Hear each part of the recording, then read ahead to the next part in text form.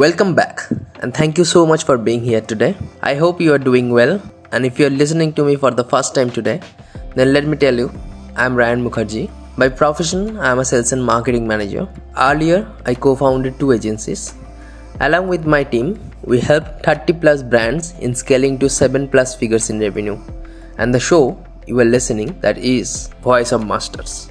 This week, I've been reading stuffs about how to think for yourself. It sounds like selfish, but bear with me till the end. You will get to know that it is not. So without further ado, let's get started. There are some kinds of work that you can't do well without thinking differently from your peers. To be a successful scientist, for example, it is not just enough just to be correct. Your ideas have to be both correct and novel. You can't publish papers saying things other people already know. You need to say things no one else has realized yet. The same is true for investors.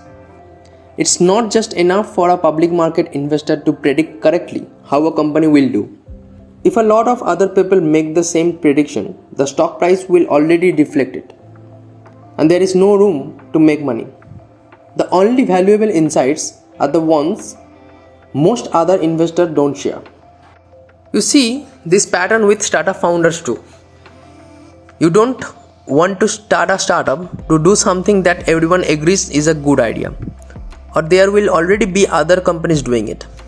You have to do something that sounds to most other people like a bad idea, but that is not, like writing software for a tiny computer used by a few thousand hobbyists, or starting a site to let people rent airbeds on strangers' floors. Ditto for essayists. An essay that told people things that they already knew would be boring.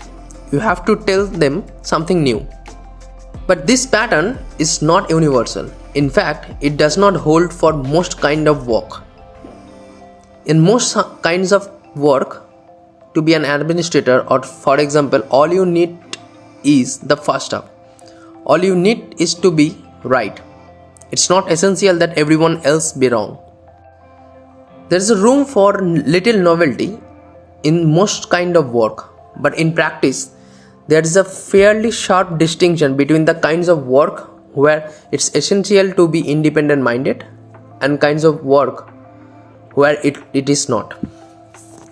I wish someone had told me about this distinction when I was a kid, because it's one of the most important things to think about when you are deciding what kind of work you want to do. Do you want to do the kind of work where you can only win by thinking differently from everyone else? I suspect most people unconscious mind will answer that question before their conscious mind has a chance to. I know mine does. Independent-mindedness seems to be a matter of nature than nurture, which means if you pick the wrong type of work, you are going to be unhappy. If you are naturally independent-minded, you are going to find it frustrating to be a middle manager. Or if you are naturally conventional-minded, you are going to be sailing into a headwind if you try to do original research. One difficulty here, though, is that people are often mistaken about where they fall on the spectrum from conventional to independent-minded. Conventional-minded people don't like to think of themselves as conventional-minded. And in any case, it genuinely feels to them as if they make up their own minds about everything. It's just a coincidence that their beliefs are identical to the peers. And the independent-minded, meanwhile, are often unaware how different their ideas are from the conventional ones, at least till they state them publicly. By the time they reach adulthood, most people know roughly how smart they are, because they constantly being tested and ranked according to it. But schools generally ignore independent-mindedness, except to the extent they try to suppress it. So we don't get anything like the same kind of feedback about how independent-minded we are. Can you make yourself more independent-minded? I think so. This quality may be largely inborn. but there seem to be a ways to magnify it, or at least not to suppress it. One of the most effective techniques is one practiced unintentionally by most nerds. Simply to be less aware what conventional beliefs are. It's hard to be conformist if you don't know what to supposed to conform to. Though again, it may be that such people already are independent minded. A conventional minded person would probably feel anxious not knowing what other people thought and make more effort to find out. It matters a lot who you surround yourself with. If you are surrounded by a conventional minded people, it will constrain which ideas you can express, and that in turn will constrain which ideas you have. But if you surround yourself with independent minded people, you will have the opposite experience. Hearing other people say surprising things will encourage you to think of more. Because the independent minded find it uncomfortable to be surrounded by the conventional minded people, they tend to self-segregate once they have a chance to. Another place where the independent and the conventional minded are thrown together is in a successful startups. The founders and early employees are almost always independent minded. Otherwise, the startup wouldn't be successful. But conventional minded people greatly outnumber independent minded ones. So as the company grows, the original spirit of independent mindedness is inevitably diluted. This causes all kinds of problems besides the obvious ones that company start to suck. One of the strangest is that the founders find themselves able to speak more freely with founders of other companies than with their own employees. Fortunately, you don't have to spend all your time with independent minded people. It's enough to have one or two you can talk to regularly. And once you find them, they are usually as eager to talk as you are. They need you too. You can expand the source of influences in time as well as space by reading history. When I read history, I do it not to just learn what happened, but to try to get inside the heads of people who lived in the past. How did things look to them? This is hard to do, but worth the effort. For the same reason, it's worth traveling far to triangulate a point. You can also take more explicit measures to prevent yourself from automatically adopting conventional opinions. The most general is to cultivate an attitude skepticism. When you hear someone to say something, stop and ask yourself, is that true? Don't say it loud. I'm not suggesting that you impose on everyone who talks to you the burden of proving what they say, but rather that you take upon yourself the burden of evaluating what they say. Treat it as a puzzle. You know that some accepted ideas will later turn out to be wrong, but if you can guess which, the end goal is not to find flaws in things you are told, but to find the new ideas that had been concealed by the broken ones. So the game should be an exciting quest for novelty, not a boring protocol for intellectual hygiene. And you will be surprised when you start asking, is it true? How often the answer is not an immediate yes. If you have any imagination, you are more likely to have too many leads to follow than too few. More generally, your goal should be not to let anything into your head unexamined, and things don't always enter your head in the form of statements. Some of the most powerful influences are implicit. How do you even notice this? By standing back and watching how other people get their ideas. When you stand back at a sufficient distance, you can see ideas spreading through groups of people like webs. The most obvious are in fashion. You notice a few people wearing a certain kind of shirt, and then more and more, until the half around you are wearing the same shirt. You may not care much what you wear, but the intellectual fashions too, and you definitely don't want to participate in those. not just because you want sovereignty over your own thoughts, but because unfashionable ideas are disproportionately likely to lead somewhere interesting. The best place to find undiscovered ideas is where no one else is looking. The second component of independent-mindedness, resistance to being told what to think, is the most visible of the three. But even this is often misunderstood. The big mistake people make about it is to think of it as a merely negative quality. The language we use reinforces that idea.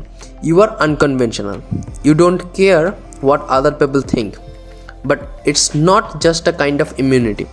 In the most independent-minded people, the desire not to be told what to think is a positive force. It's not mere skepticism, but an active delight in ideas that subvert the conventional wisdom. The more counterintuitive, the better.